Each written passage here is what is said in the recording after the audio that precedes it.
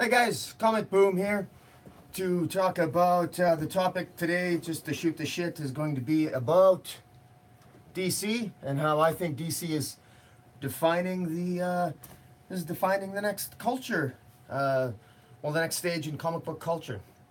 In particular, I think that it's very interesting what's happening here because what we see happening is I think a focus on family.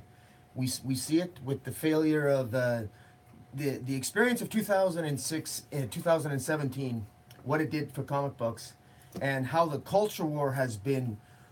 Frankly, I think it's been won. It's been won by something in comic books that I think has sort of crept up on, sort of been building for a number of years, and that is, quite frankly, it's been that's been the importance of relationships and family, and it's happening. It's happening more and more.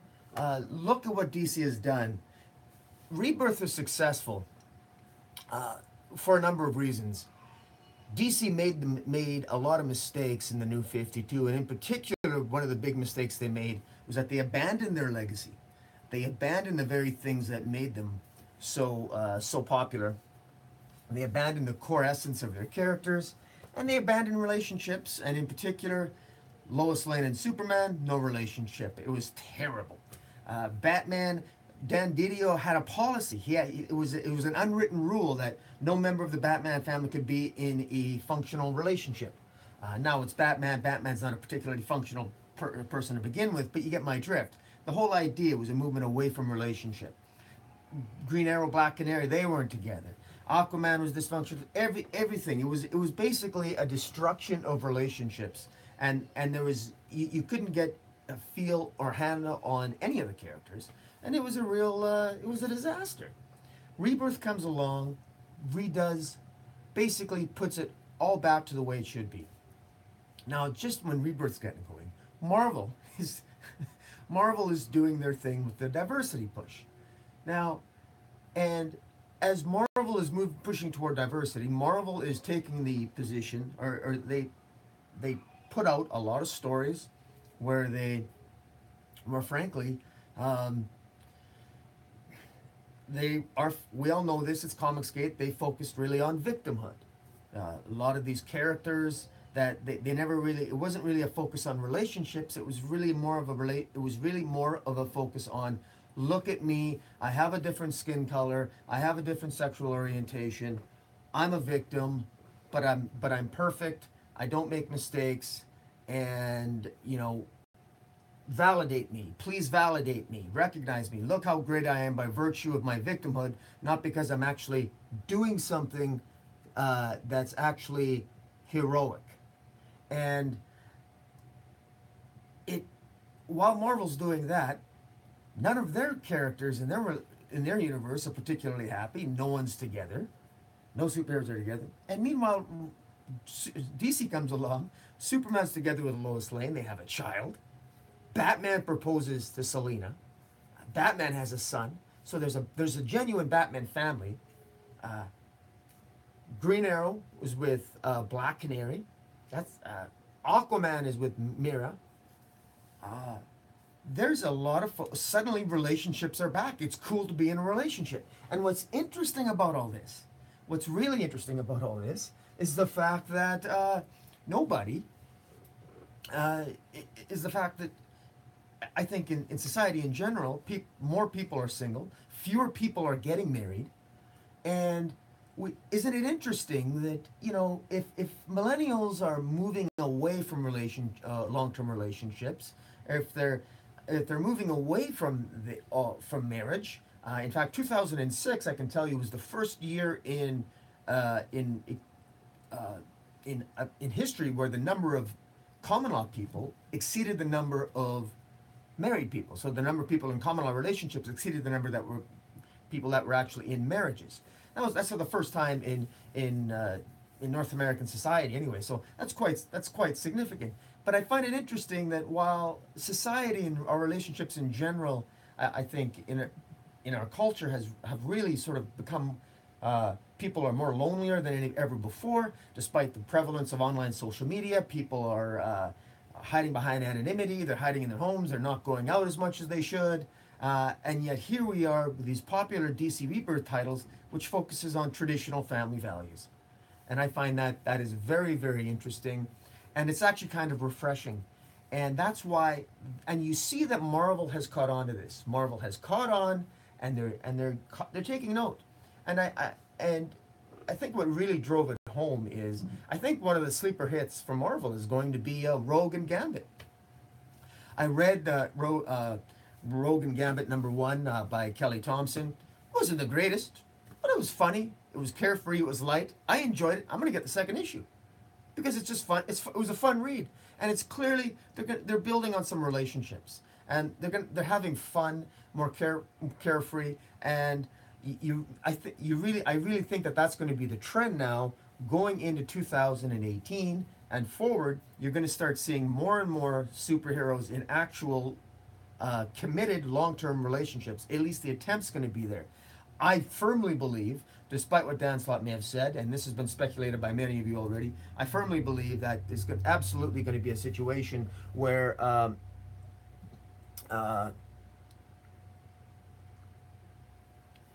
it's going to be a situation where Spider-Man and Mary Jane, or Peter Parker and Mary Jane, that marriage is coming back. That marriage is coming back. There's no doubt in my mind. Marvel's going to do it because they want to capitalize on it. I firmly believe they're going to do that because I think it's been decided. It doesn't matter what they're doing with the Spider-Man movies. I don't think nobody who goes to the Spider-Man movies, there's not a huge increase in comic book sales. It's not. They have to focus on their comics. And they're bringing Fantastic Four back, the first family of the Marvel Universe. It's really, DC went back to their conservative roots, focusing on conservative family values, while also recognizing newer kinds of relationships, same-sex, et cetera, et cetera. DC has that, but DC has taken it in a much more evolving, a slower manner than Marvel. Marvel seemed to just PR-wise just seem to ram it down people's throats that everything in the present, that the way things are sucks, and they really double down on it. You got a sense that Marvel made the mistake that the Democrats did in the United States in the election of Trump. They sort of like Marvel went too far with the identity politics, and they didn't realize that, you know what, life isn't all that bad, just the way it is. It really isn't. And when you try to suggest that it is, and that, you know, we're going to make comics better, and we're going to replace, we're going to do this, you pay a price for that. And that's exactly what ended up happening. Now I'm just going to take one look here.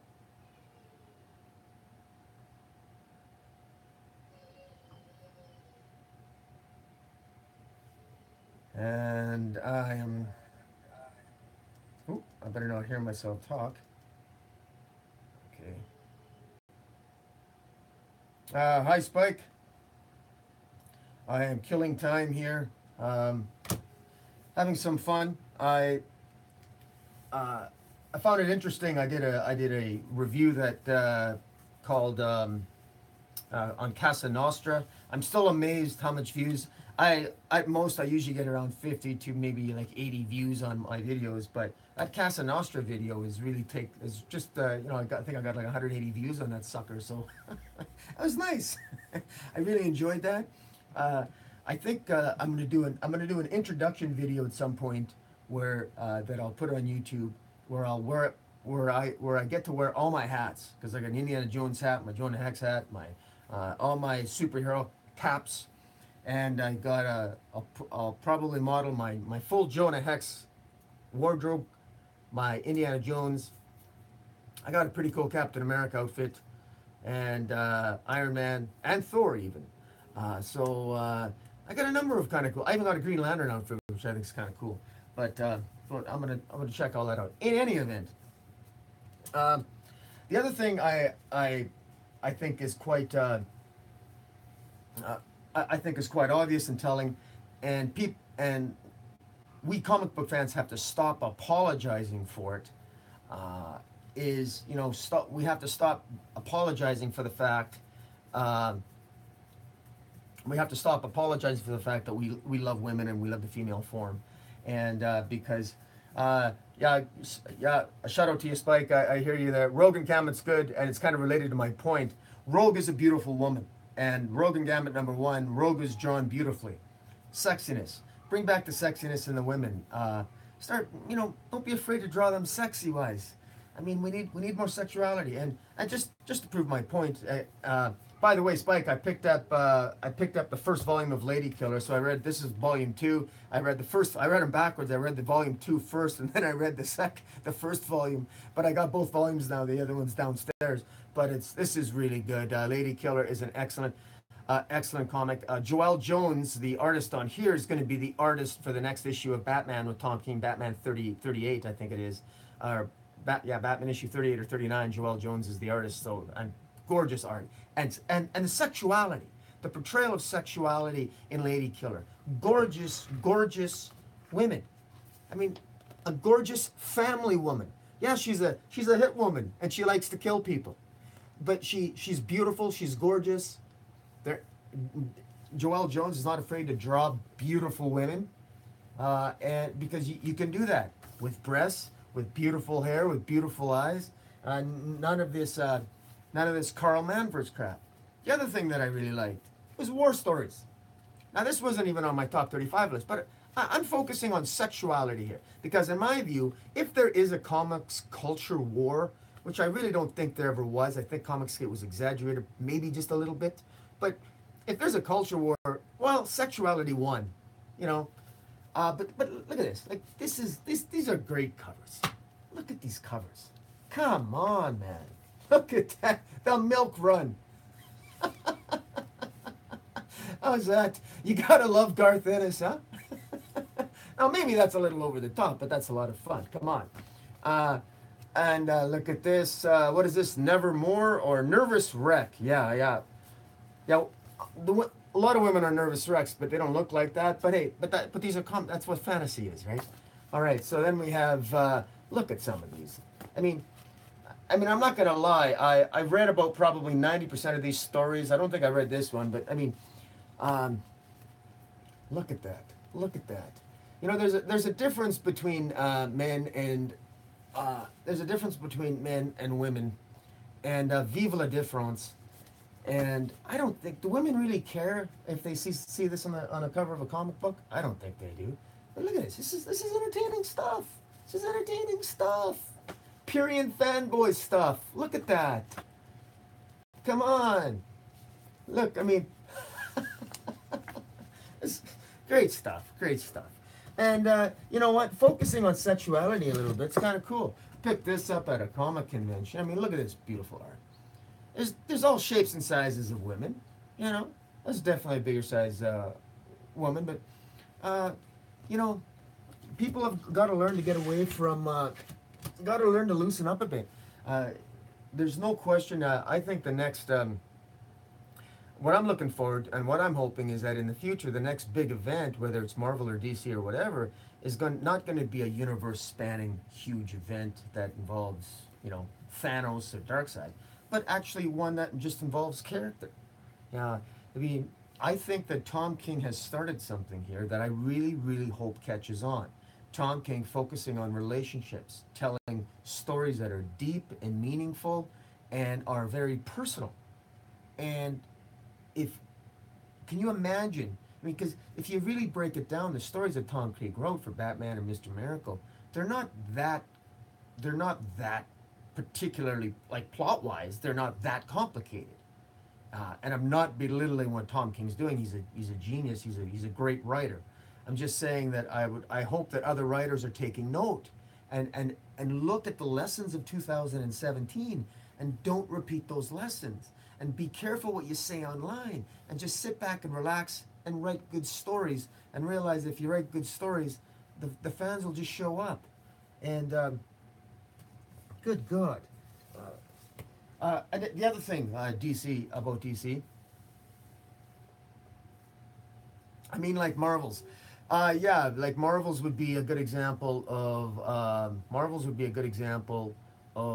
more of an, I didn't mind, I thought Marvels didn't that was actually a decent story. I read Marvels, Yeah, and actually, Kingdom Come I thought was pretty good too. It was more of a personal story in effect of what the heroes were going through, and um, but yeah, yeah, that would be it. I don't know. I think the mood's changing, and I think that there's a shift.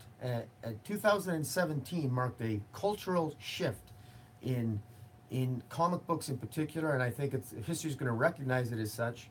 And uh, it's gonna. I'm really interested to see what Marvel's going to do over the next year. I really am. I think there's going to be some significant changes, and I I think maybe we won't be able to see them so much for most of 2018. But I think going into 2019, I think that more and more people are focusing on great creators and what they're writing, and they're getting the freedom to write what they want to write.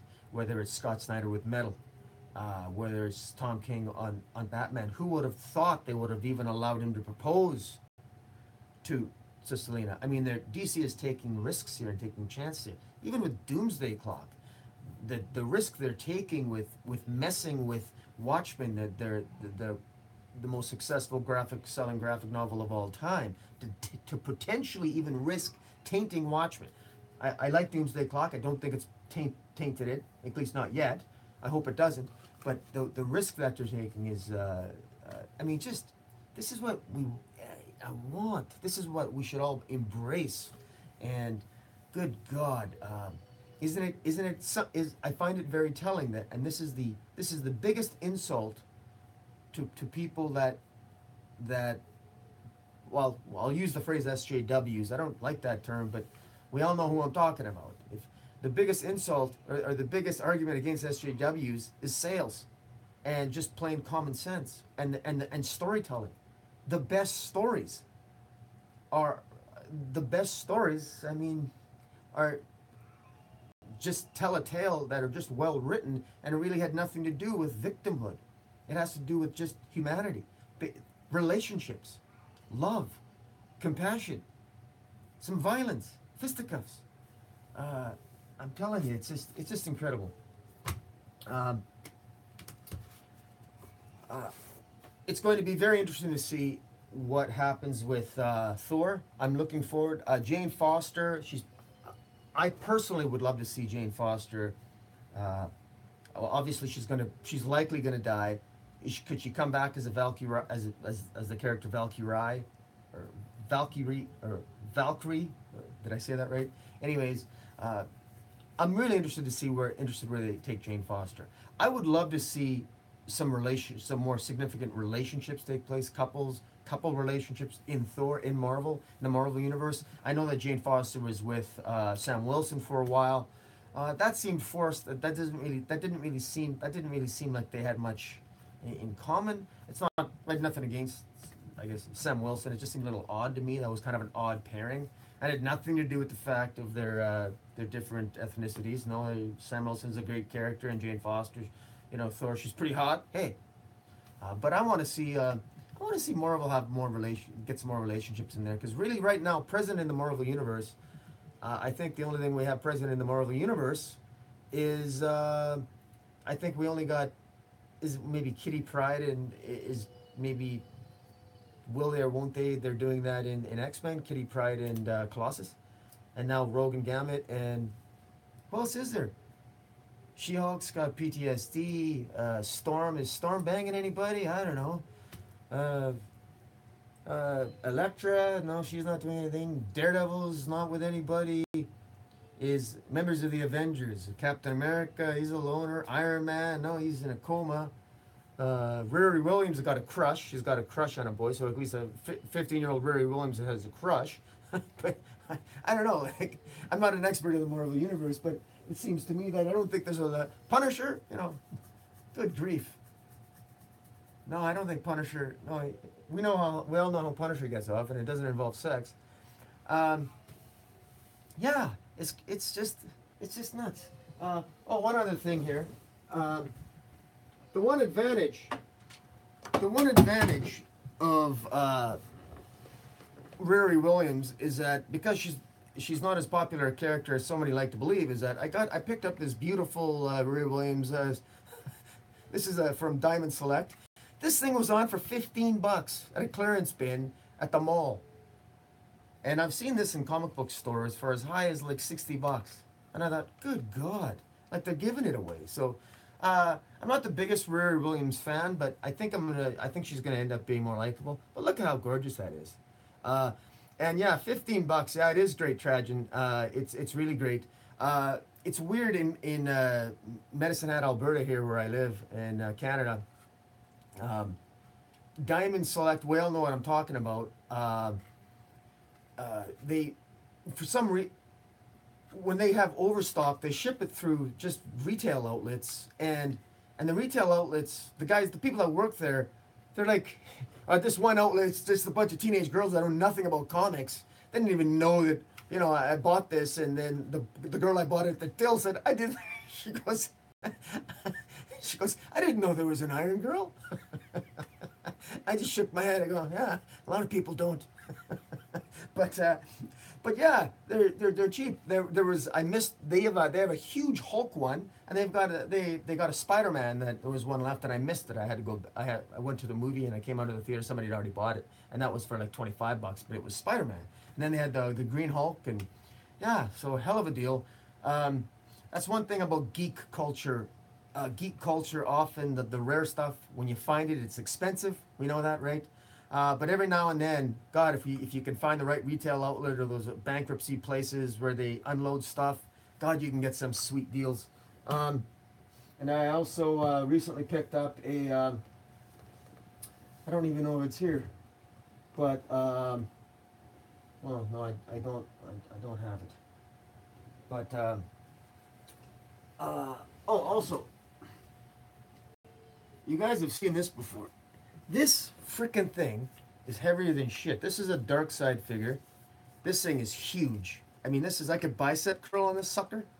This is huge, and this is awesome.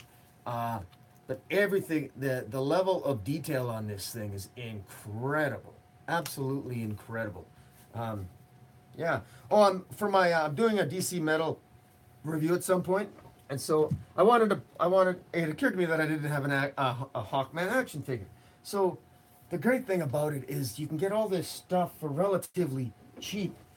And so I picked up, I mean, look at that. Huh? Carter Hall, ladies and gentlemen. Nice. Oops. Anyway, guys, I mentioned before on Twitter, well, it's been bleeding cool that Marvel is bringing out their lenticulars again. They're soliciting them. It kind of pisses me off because I wanted this cover. I really like this cover of Thor with Thor 700 of Jane Foster dying, which is a homage to the Captain Marvel dying cover. And so I bought the second printing of it because my retailer never got the lenticulars, and I just kind of like the cover, so I had to buy it as a second printing because he got the second printings, which really, this second printing of it is actually really awful. It's muted. It's not bright. The colors are terrible. I mean, this is it's an ugly cover, which prompts the question, why did I get it? Was because I just really I like Thor, I guess, but now they're resoliciting the lenticulars, and it pisses me off. So now my retailer is going to be getting the actual one in anyway, and I'll be probably picking it up. But now I got this second printing that, like, it just kind of pisses me off. It's just Marvel sort of, I appreciate that Marvel is kind of biting the bullet and resoliciting this stuff and resoliciting the lenticulars. If they got overstock, great. But I just kind of wish. They're riding their ship a little bit, and I appreciate that, but I'd be lying if I said it wasn't a little bit pissed off. But it is what it is. Invincible Iron Man, just some comments on that. I actually don't I don't mind where this is I don't mind where Iron Man is going, but it's really dragging out. It's really dragging out. This latest issue, I think Bendis, good God, Defenders is such a better written title than this. I can't believe it's written by the same person. This is so boring. beautiful. You know, it's beautiful cover. It's a beautiful. It's beautiful interiors, decent art. Uh, but really, it's, you know, and Tony Stark is bald, like, and he's having a dream in it, and he's he you know, he has a dream, and all the characters that we wish weren't killed off were actually still alive. Wouldn't that be cool if the whole last year Marvel was just Tony Stark's dream? And it'd be like Bobby and Dallas waking up in the shower, and you discover that the whole last year was never happened. That would be awesome. All of Marvel last year, it never happened. Tony Stark wakes up out of a coma, and he tells a crazy story about a secret empire and all this other stuff. That would be good. They should do that. That's what CB should do. He should, and they can talk about, yeah, I was in this alternate universe and it was all fucked up, and then, yeah, Captain Marvel was a fascist bitch. I couldn't believe it, and my friend Rhodey got killed. It was just chaos. Even the Hulk got killed. Good grief. Yeah, I was the initial topic on this. The initial topic on this was about DC, about this being a culture war. If there is a culture war, whatever Comicsgate was, DC brilliantly managed to slide right on by it and just take the culture and win. This is DC is defining the next phase of what's going to happen, what's happening in comic books, and kudos to them. They're doing a fantastic job. And I also, I don't know about you guys, but I have. They're starting to, I don't know, Diamond's starting to unload new comic book boxes. Look at that box. Isn't that cool? Like $12 Canadian for, that's an awesome box. They're regular 10, so for $2 you get Batman on the comic book box. That's awesome. Like, that is awesome. And yeah, Trajan, I hear ya. There's I can buy like 5. I get a discount if I buy 5 of them. And I picked up this, and I picked up Harley Quinn. I mean, look at that. I mean, that's just awesome. Wait, again, it's just at the shop. I mean, I gotta tell you, it improves the look of the rest of my room tremendously here. I'll show you guys. The rest of my I don't know if you can see all this stuff, but I have just some crazy stuff. I got some statues here as well. I don't know if you can see all this stuff through the mirror. I'll try opening this.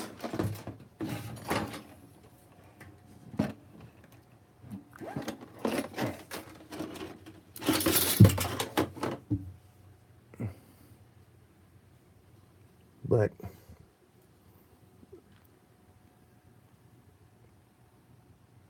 there's some great statues. I got the entire Justice League animated statue set, which is quite cool. Yeah, it's yeah, I like my women. I like my women.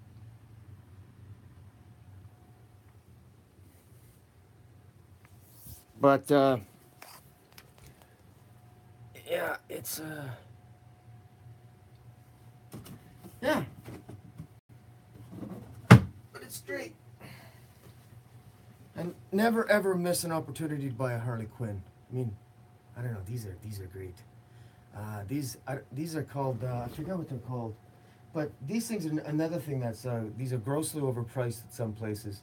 But yet you can get them for $10 or you can get them for $40 at different comic. I don't understand.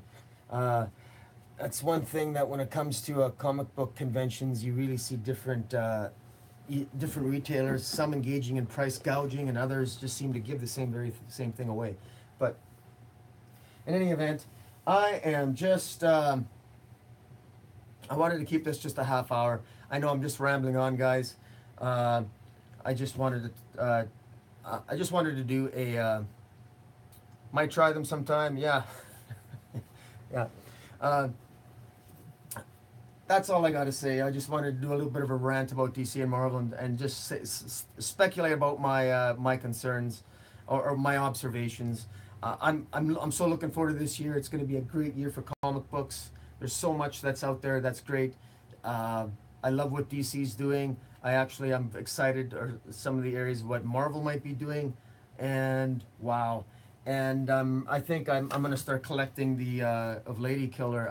I think I'm gonna start collecting the actual comic book, because it's ended on a huge cliffhanger, volume 2, and yeah, I want to know what happens next. I was like, look at that scene, huh? How could you not want to buy that? God, it's great being a Purian fanboy, huh? Fantastic. Who the hell wants to embrace SJWism, right? Anyways, guys, thanks for watching. I'm going to say bye. Thanks for watching, and I shall talk to you guys later.